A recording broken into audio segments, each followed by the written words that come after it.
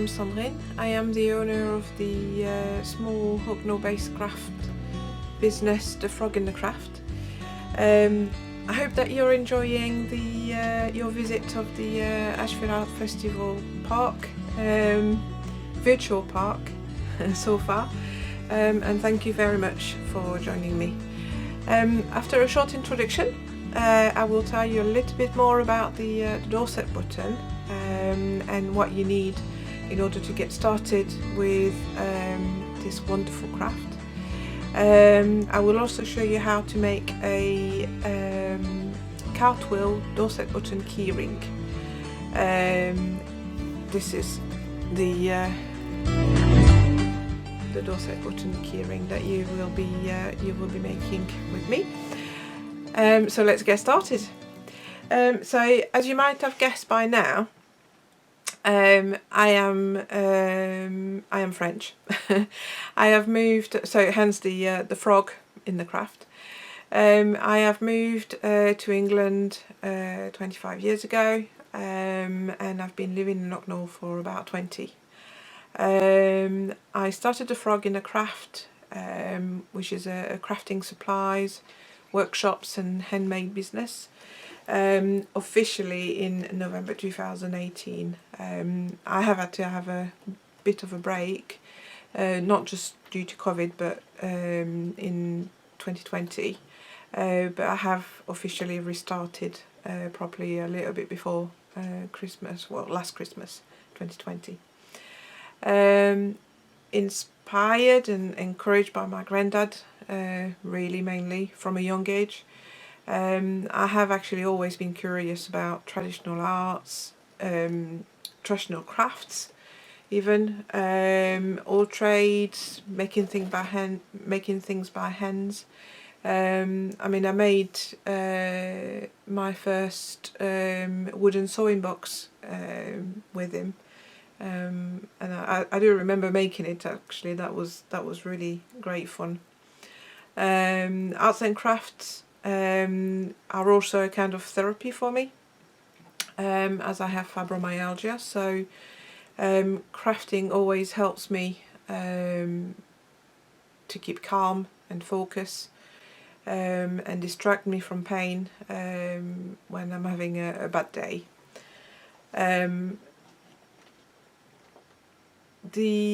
So I enjoy many different crafts, of arts and craft, I should say.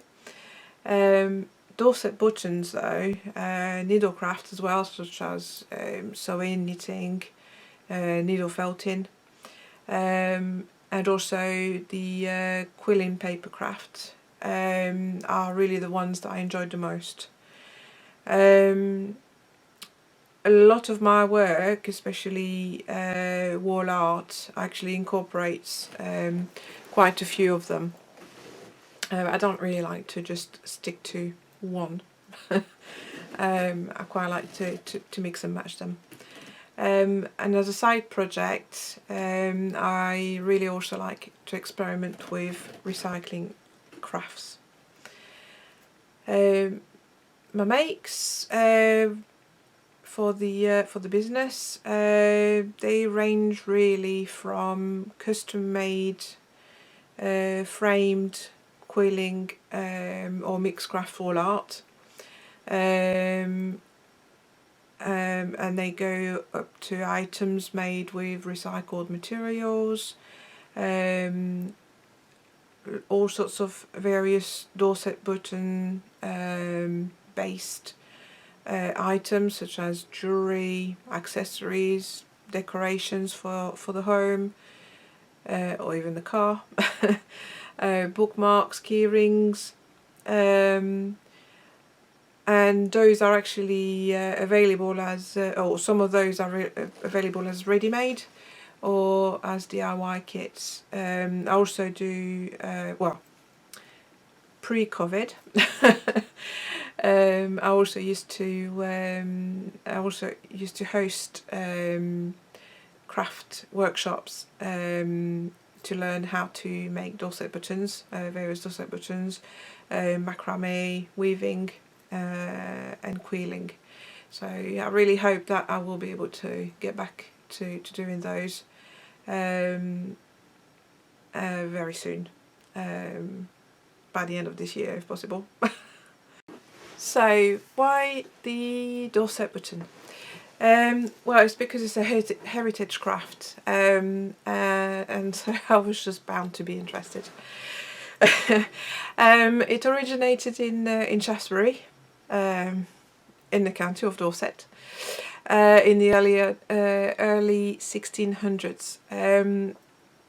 It has developed over about 200 years, employing many people, many women mainly, who were working from home at the time. So I think that's why it's called a cottage industry. It declined rather quickly with the appearance of the machine-made type of buttons. And that was in the 1800s. So there are 4 different types of buttons, and at the time the materials that were used were actually sourced locally, so that included sheep horns, fabric, thread. Later on as well, the wire was actually introduced as well. The craft of making Dorset buttons, though, it's definitely not dead. It's actually has had a bit of a revival, and I would say has developed into something else, a bit more of an art really, and a craft. So okay, we may not be using them quite as much now as buttons, although we could, but there are also really wonderful art pieces, wall art, jewellery, hair accessories and so much more that are actually being made using the technique of Dorset button.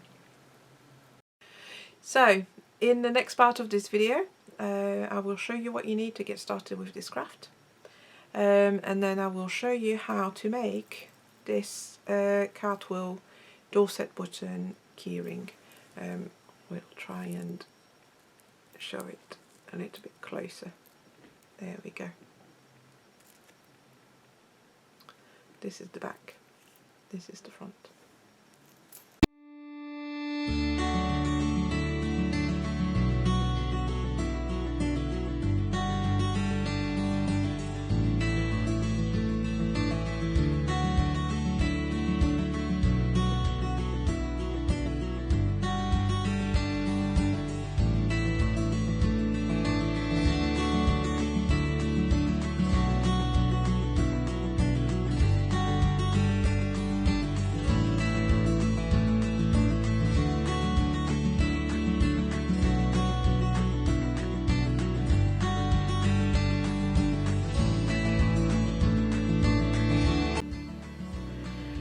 So for this quick workshop, I've decided to make a Dorset Button Keyring. So in order to be able to make it, all the materials and tools that will be required is some thread, the ring, and also obviously a keychain, a key ring, some ribbon. I've got a ribbon crimp as well to make a tassel, and I'm going to use the ribbon as well for the tassel. I've got some jump rings as well to be able to attach the Dorset button and the tassel to the key ring. And then tool wise is basically my needle, some scissors, and some pliers to be able to use the attach the jump rings and also use the ribbon crimp.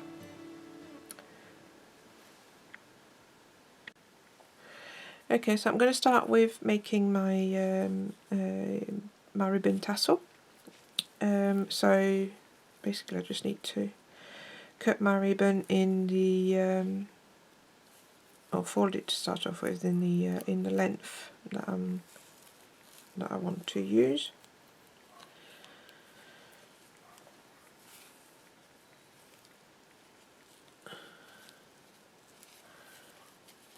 So this is it.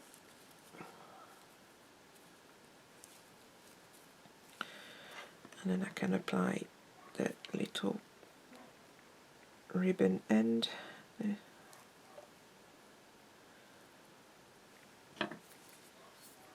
With the pliers.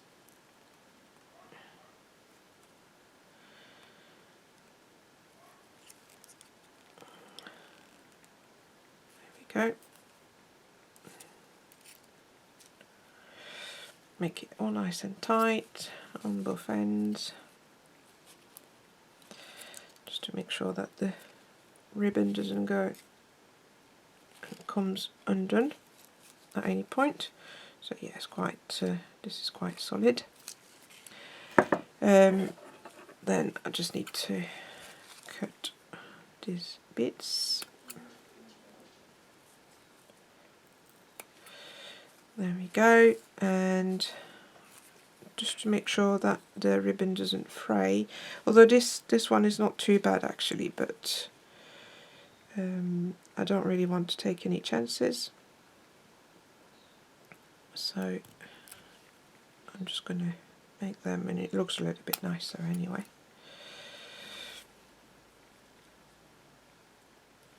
There we go. Trying to do at the same time. Save a little bit of time.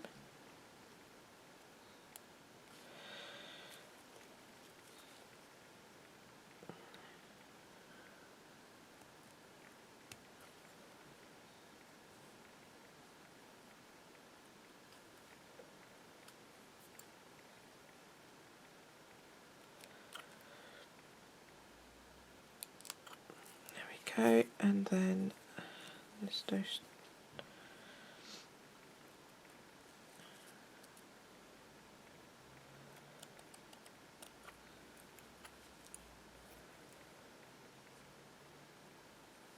this one.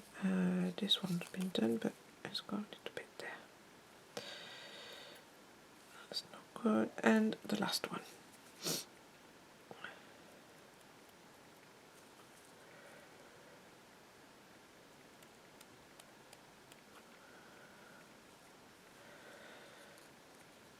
So there you are. A little bit. A little bit left. Perhaps I've got the best scissors here. Okay.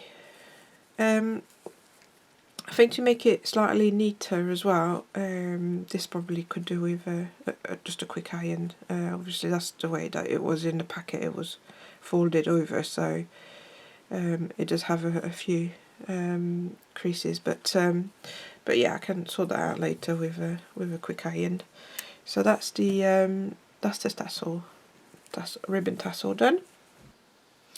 Okay, and now I'm just going to attach the tassel to the keyring, to the keychain. I'm actually using two jump rings, and this is only because so I'm going to attach it to this bigger one. This is only because I know those ones are quite thin, so I just want to make sure that this is going to be strong enough to be on a keyring, because as you can imagine, when you've got your keyring with your keys on, going around your bag, you know, tossed on the side, this needs to be quite strong, otherwise you're going to end up with the ribbon, the tassel just coming off quite easily. So so yes, it's just makes it a little bit stronger. So just make sure this one is on properly, because those jump rings are really for jewellery. So obviously on jewellery, it's they don't need to be quite so strong. So there we go. So you've got the tassel now attached. Okay, so tassel sorted and out of the way. So now let's get on to our Dorset button. So there are 4 stages to making a Dorset button. The first stage is casting, then we go on to sleeking, then laying, and finally the rounding. The first 2 stages, casting and sleeking, it's basically all about wrapping the ring with the thread, and we use like a blanket stitch basically to do this. Then the laying is about getting the inside of the ring ready, and it's getting it ready for the rounding, and the rounding is basically when we are going to be weaving in and out of the spokes, the spaces made by the spokes, to fill up the inside of the ring. Okay, so let's get started on the Dorset button now. So I've got a length of the thread, so I usually take about 5 arm lengths, so that's for me anyway, it's between 3 and 3.5 meters worth of thread. Obviously it depends on the length of your arm, but yeah, I think if you stick to about 3.5 meters, that's usually about right. Okay, so we're just gonna thread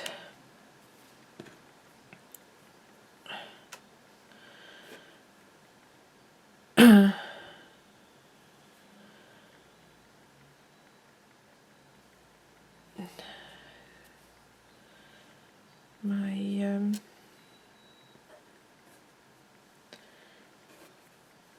needle.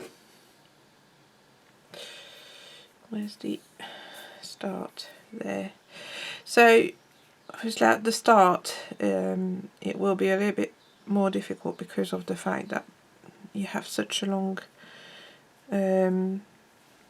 length of thread. So what I do is that I usually thread it so that it's not quite so long overall, but I won't be using the doubled up length. I'm just going to be using it as a single thread. So and then you've got several ways to start. So either you can start and then just put your thread through it, wrap it around and hold it, so you've got a little bit of a tail, and then you can start doing your wrapping, making sure that the little bit of tail stays underneath inside the wrapping, or you can just do a little knot so that it doesn't go away. So I prefer to just wrap it around and hold it like this, and then start doing my wrapping. So obviously because I've started from the back, so I need to carry on from the front, and basically we're just going to be doing a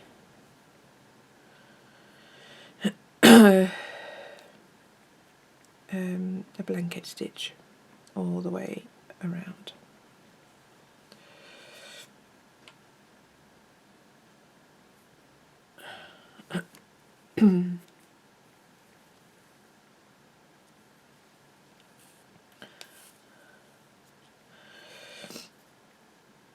So you just got to be careful that obviously you don't get too many knots in the way of your work, because this gets really annoying. Not quite sure why it's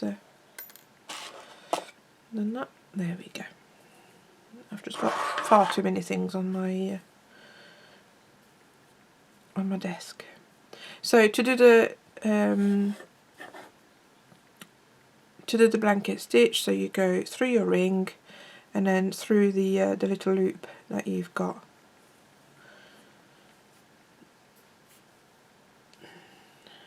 So here we go, what I was just saying about the knots, and for some reason some of the coloured some of the colours for the thread that you use always end up in a knot. This is particularly true of greens, and I love to use green threads. I think it's probably because green is one of my favourite colours, and obviously, typically, this is the colour that's probably the worst. And usually the whites aren't too bad, blacks, but yeah, the green and the reds as well quite often end up in a bit of a muddle. So as you can see, I'm going to try and put it closer to it. So you're going to be making a little ridge. So I've got my little tail here that's stuck inside the wrapping, and I'm doing on my blanket stitch. So as you're doing your blanket stitch, you're going to have a little ridge there. So, and then you just carry on all the way around.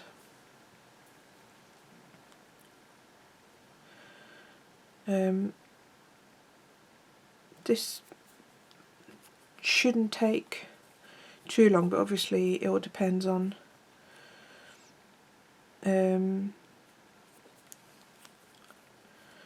how many knots you get.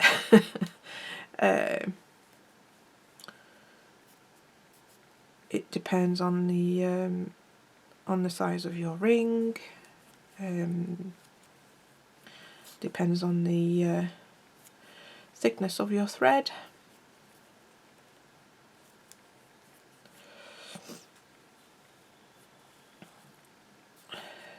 I'm not going to bother undoing the knot just yet, because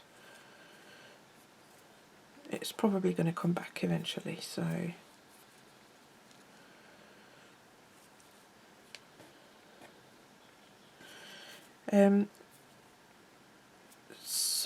I'm going to carry on filming this, but I will fast forward it. And I will speak to you again once I am very, very close to the end.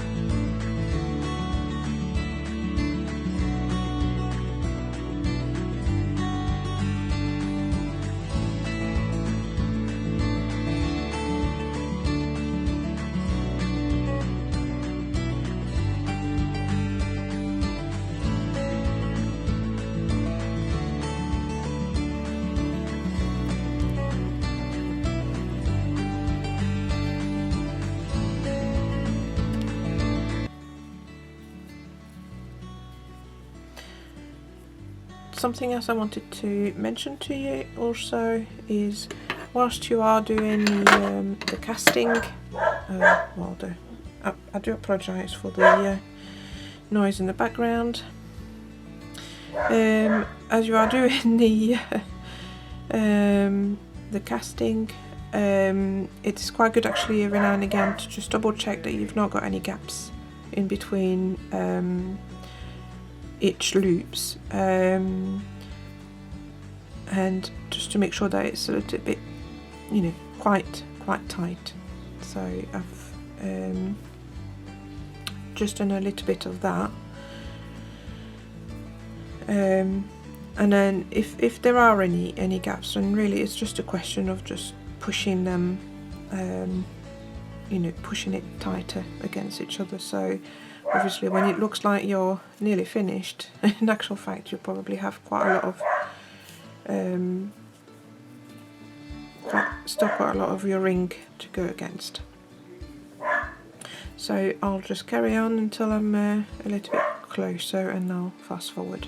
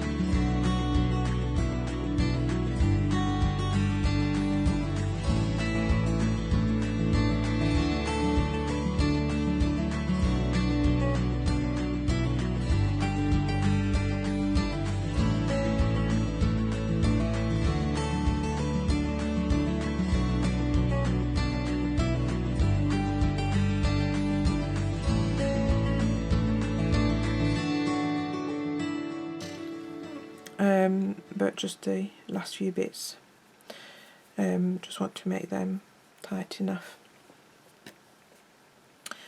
I have had to deal with quite a few knots, but it wasn't too bad actually with this collar, so I'm quite pleased with that, she says, and another knot is forming.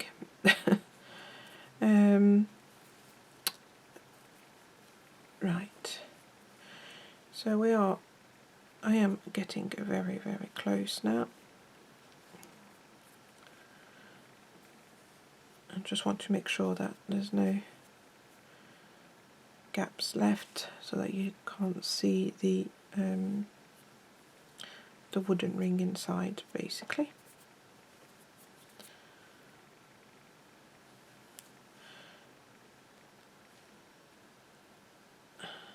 There we go. I've probably got about 3 left to do, I would say.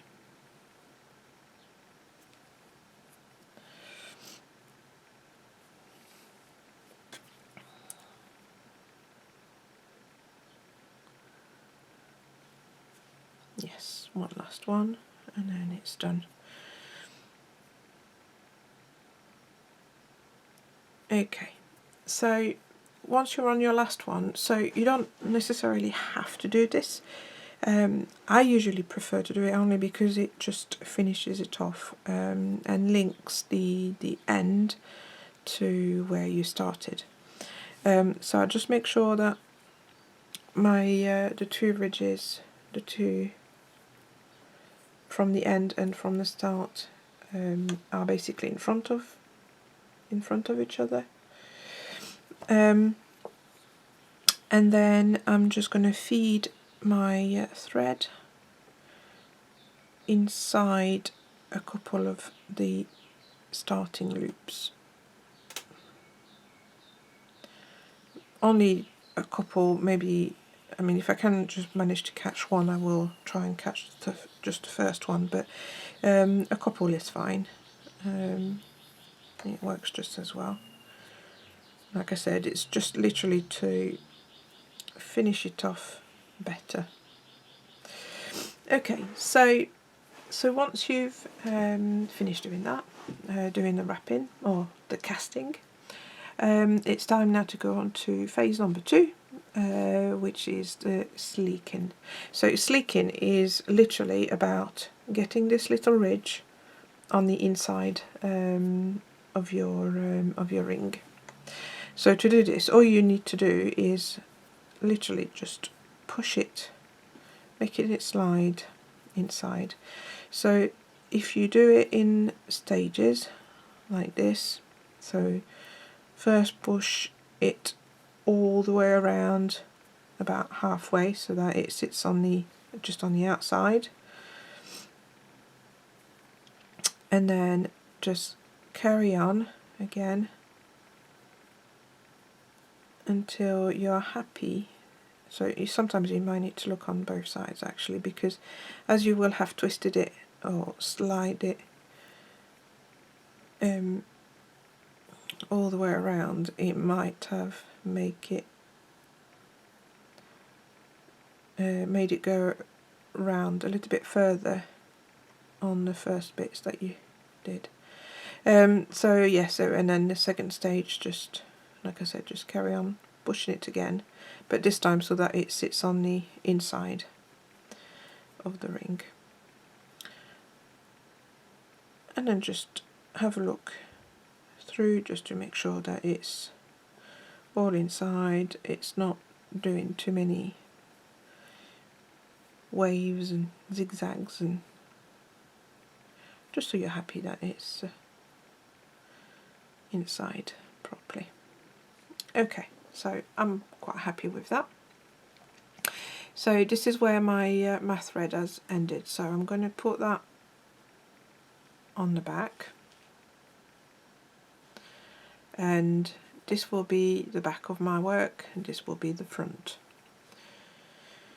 Okay, so the next task is to do the laying, and the laying is basically just to form the spokes around which you will be sort of weaving in and out to fill your ring with the thread. So in order to do this, you've just got to think of a clock, and what we're going to do is lay some spokes like these, lay some spokes around the clock. So you will have the so that obviously this at the top there where you start, where your thread starts is 12, and then you go down to 6 o'clock, 1 o'clock, 7 o'clock, 2,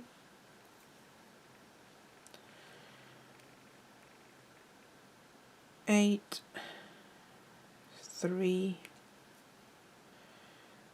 9, 4,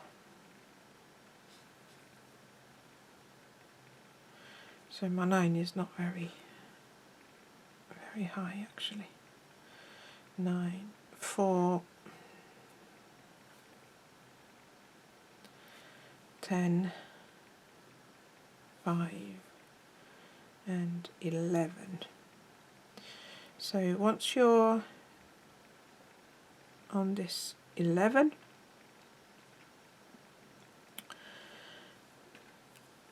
you then need to secure your spokes. So as you can see, I will try and show you better, hoping that the camera will, that's it, the camera's focusing a bit. So you can see on the back of it, they're all pretty much meeting in the centre, whereas on the front they're a little bit off centre.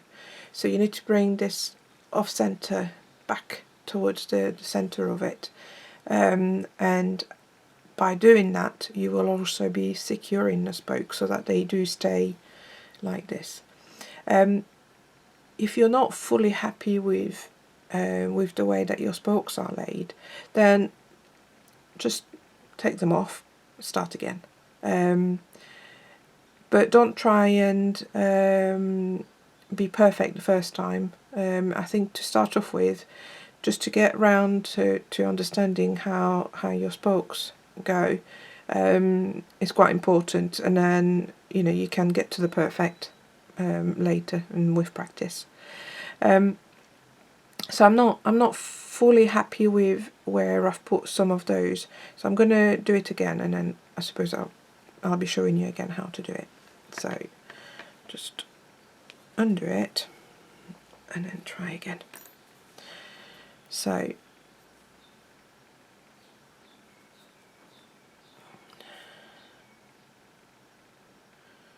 there you go. So you start at 12, you go on to 6.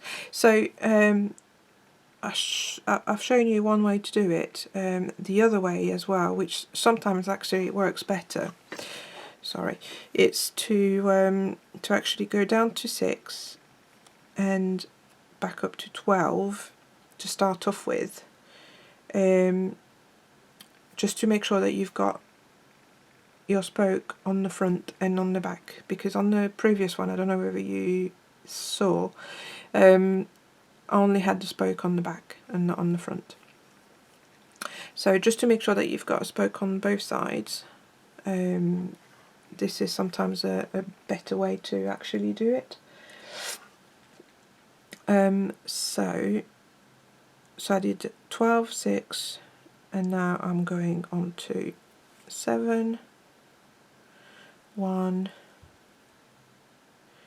8, and actually I think this might actually work better. 8, 2,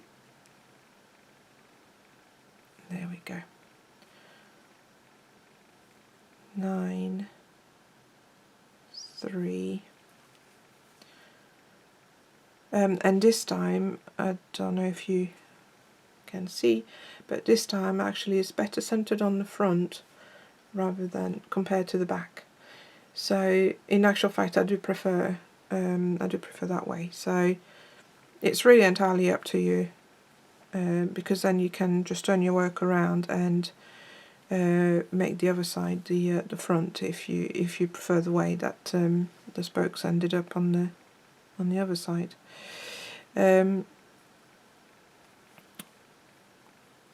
So that was 3, so now I need to go to 10, 4, 11, and 5. So yes, so they're perfect on the front and a little bit off centre on the back. So to bring them back to the centre and also secure the spoke, all you need to do, so you need to pick up your needle again, and whilst you're holding it together and holding the thread like I am holding the thread at the back quite tight as well, then you just need to go in between the spokes, so where you can see that it's slightly off center, and you know which one you're going to need to bring back towards the center. So you can just play around a little bit and move them around to see which one needs to move. So at the moment, the one that I need to move is this one, so I'm trying to show at the same time on the camera. I don't know whether it's picking it up properly. So like I said, you need to make sure that it's quite tight. So in actual fact, if you can hold it there we go. So if you can see now, so to start off with, it's off center, and then as I'm pulling on the thread quite tight, it's bringing everything to the center. So this is exactly what I want. So I need to do it quite tight, and you basically just go inside the opposite gap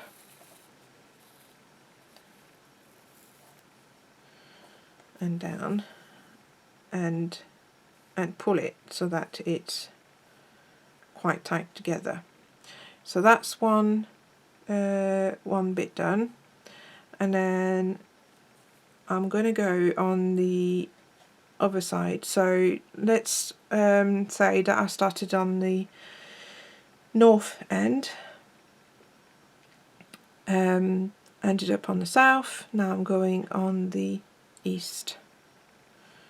So that's the east, and then going on the opposite side.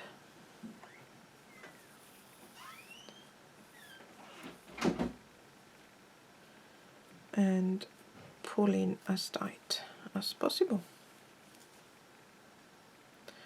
So now you can see it's quite well centered, or slightly better centered than what it was before, and then you can just carry on doing it a little bit more. I mean, you can even play with it a little bit so that it goes where you want it to go. So I'm just gonna go, I think, yes, on this one, and then on the opposite. So I will do it probably about 4 times, so that's the third one.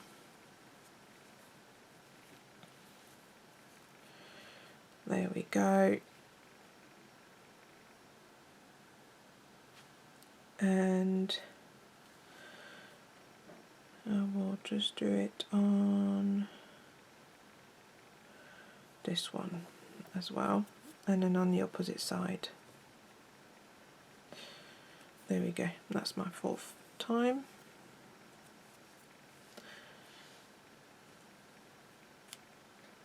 And I think that will do quite nicely, yes.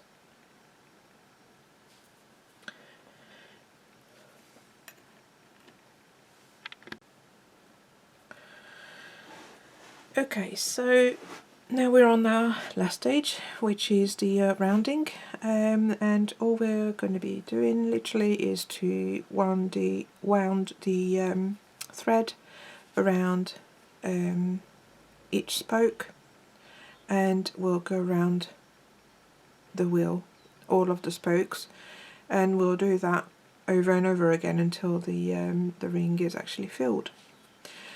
So your thread should have ended up on the back after you've secured the spokes, and then if you think of if you keep this spoke there as your 12 o'clock one, I think that'll be slightly easier for me to explain. So you go in between your 11 and 12, and you go down between your 12 and 1. So your thread will have gone over this, your 12 o'clock spoke.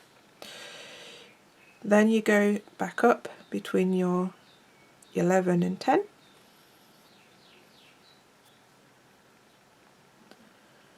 And down between 11 and 12.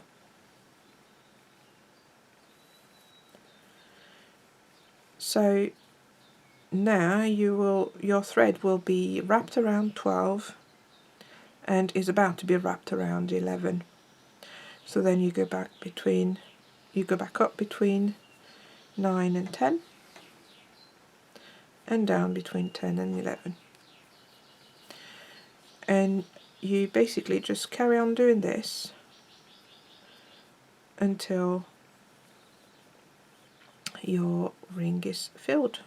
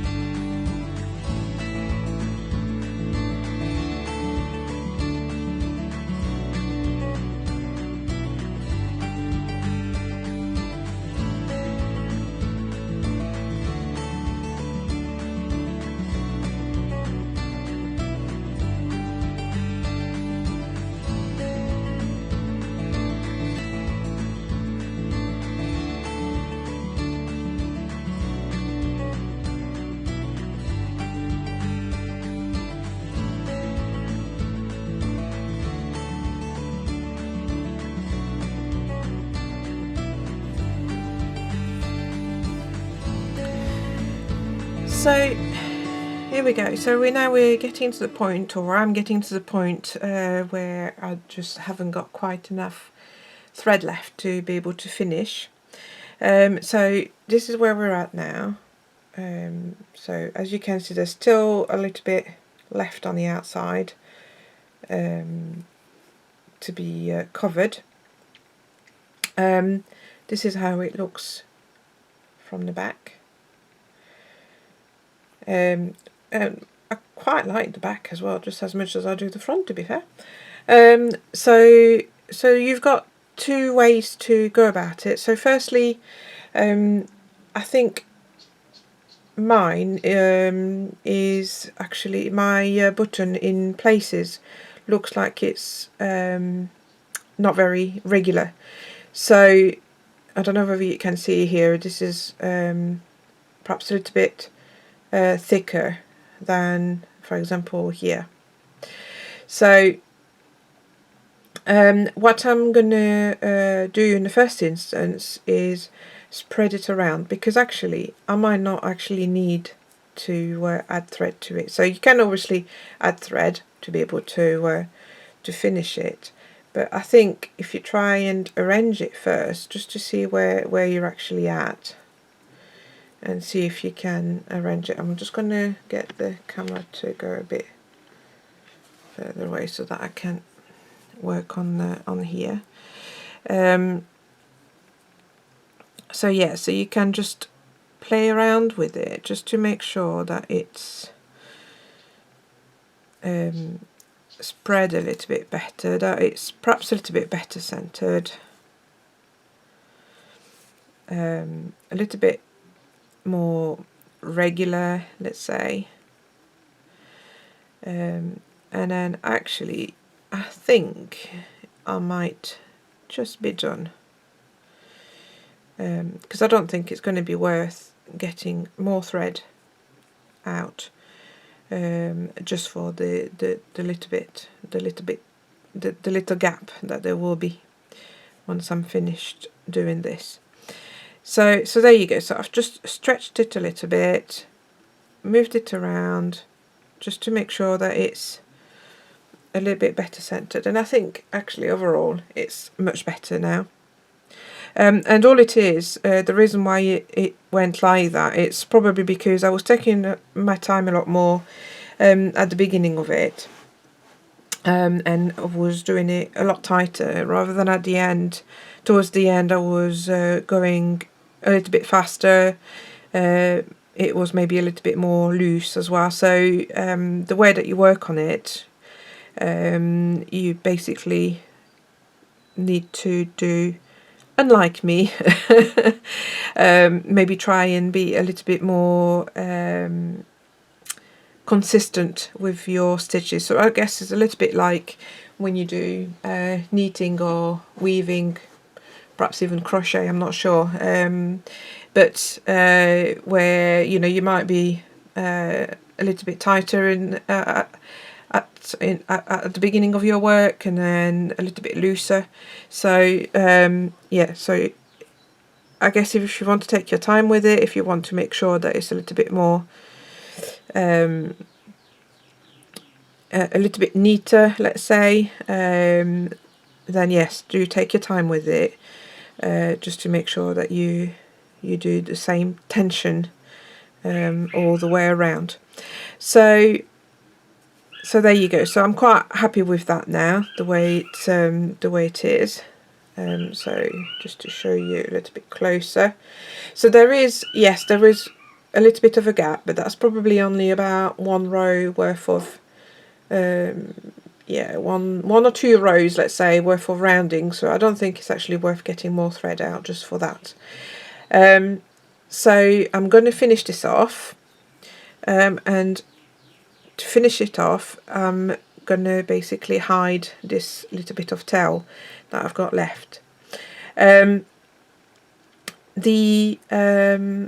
Oh yeah, look at that. That's making like a spiral with all the different colours. So the if you had run out of thread, if you run out of thread a lot earlier and or you just don't want to leave this gap, then you would actually operate in exactly the same way as what I'm just about to do to finish it off. So you just need to thread the tail end inside the back, so that it basically makes it disappear. And then you can come out again sort of towards the center.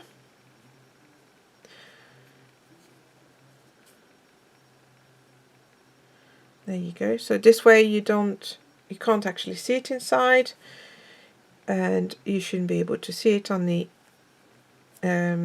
you don't see it on the outside of here of the back, and you don't see it in the outside of the front either. So I've literally gone inside one of the spokes there, in the loops inside one of the spokes, and there it is. So this can now just be cut.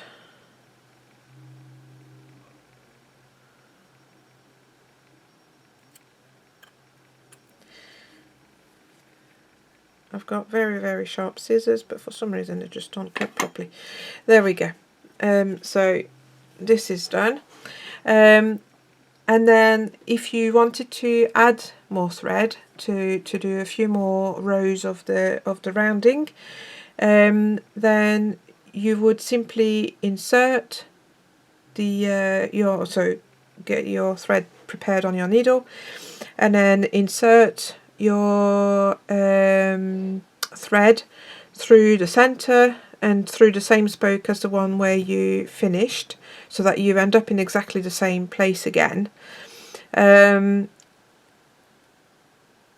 if you leave a little bit of a tail to start off with, start doing your rounding, and then just you can cut your tail end at the end.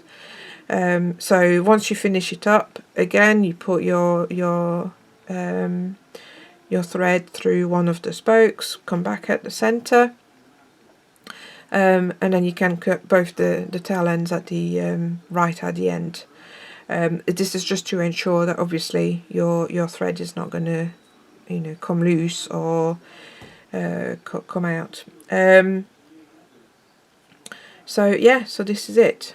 So this is this bit finished, so I'm just going to play a little bit more with it,